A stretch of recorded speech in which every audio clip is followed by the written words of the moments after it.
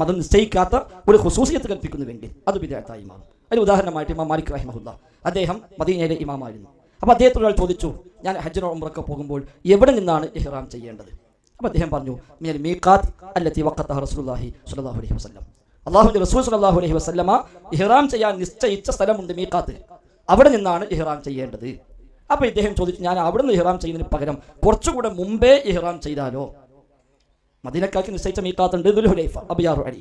അവിടെ നിന്ന് ഇഹ്റാം ചെയ്യുന്നതിന് പകരം ഞാൻ ഇപ്പുറത്ത് നബിയുടെ പള്ളിയിൽ നിന്ന് തന്നെ ഇഹ്റാം ചെയ്യാൻ ഉദ്ദേശിക്കുന്നു. ഇമാം മാലിക് പറഞ്ഞു, അഖ്ഷ അലൈക്കൽ ഫിത്ന, ഞാൻ എനിക്ക് ഫിത്നയെ ഭയപ്പെടുന്നു. അപ്പോൾ ഇദ്ദേഹം ചോദിച്ചു, വഅയ്യു ഫിത്നത്തിൻ ഫീ സിയാദത്തിൽ ഖൈർ, ഒരു ഖൈറായ കാര്യം കുറച്ച് അധികം ചെയ്താൽ അതിലെന്താണ് ഫിത്നയുള്ളത്?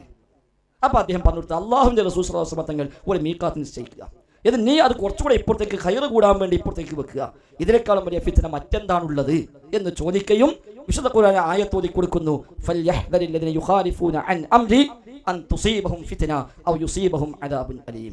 അല്ലാഹുവിൻ്റെ റസൂലിൻ്റെ കൽപ്പനയ്ക്കെതിരായി പ്രവർത്തിക്കുന്നവർ ഫിത്ന ബാധിക്കുമെന്ന് ഭയപ്പെട്ടുകൊള്ളട്ടെ എന്ന് പറഞ്ഞ ആ ആയത്തോതി കൊടുത്തിട്ട് ഇമാം മാലിക് റഹിമഹുല്ലാ ചോദ്യകർത്താവിനെ ബോധ്യപ്പെടുത്തി കൊടുക്കുന്നു. ഇമാം ഷാത്തബി അദ്ദേഹത്തെ കിതാബുൽ ഇഅ്തിസാമിൽ അത് രേഖപ്പെടുത്തിയിട്ടുണ്ട്.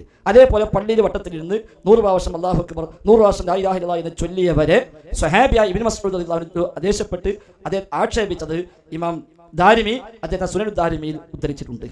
അതേപോലെ അതിൽ നിന്ന് പിന്നീട് മറ്റു ഗ്രന്ഥങ്ങളും അത് എടുത്തുദ്ധരിക്കുകയും ചെയ്ത് കാണാൻ കഴിയും. ഒരു പള്ളിയിൽ വട്ടം കൂടിയിരുന്നു, കബ്ബിറൂ മിഅ 100 പ്രാവശ്യം അല്ലാഹു അക്ബർ പറയൂ, അപ്പം 100 പറയും. ഹല്ലിലൂ മിഅ ലാ ഇലാഹ ഇല്ലല്ലാഹ് 100, അപ്പം 100 പറയും. ഇങ്ങനെ പറയുന്ന സംഭവം കണ്ടപ്പോൾ അബൂ മൂസ അശ്അരി റളിയല്ലാഹു അൻഹു ഇബ്നു മസ്ഊദിനോട് പോയി പറയുന്നു.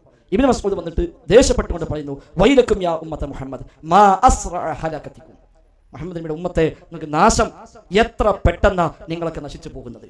ഇതാ റസൂലിന്റെ സ്വഹാബത്ത് ഞങ്ങൾ മരിച്ചു തീർന്നിട്ടില്ല, നബി ഞങ്ങൾ ഉപയോഗിച്ച പാത്രങ്ങൾ പൊട്ടിപ്പോയിട്ടില്ല, നബി ഞങ്ങൾ ഉപയോഗിച്ച വസ്ത്രങ്ങൾ നുരുമ്പിപ്പോയിട്ടില്ല, അപ്പോഴേക്കും നിങ്ങൾ ദീനിൽ പുതിയ കാര്യം ഉണ്ടാക്കുകയാണോ? ഔ ഫുഖത്തും അസ്ഹാബ മുഹമ്മദിൻ സ്വല്ലല്ലാഹു അലൈഹി വസല്ലം, അതോ മുഹമ്മദ് നബിയുടെ സ്വഹാബത്തിനേക്കാൾ മീതേക്കെത്താനാണോ നിങ്ങൾ ശ്രമിക്കുന്നത്?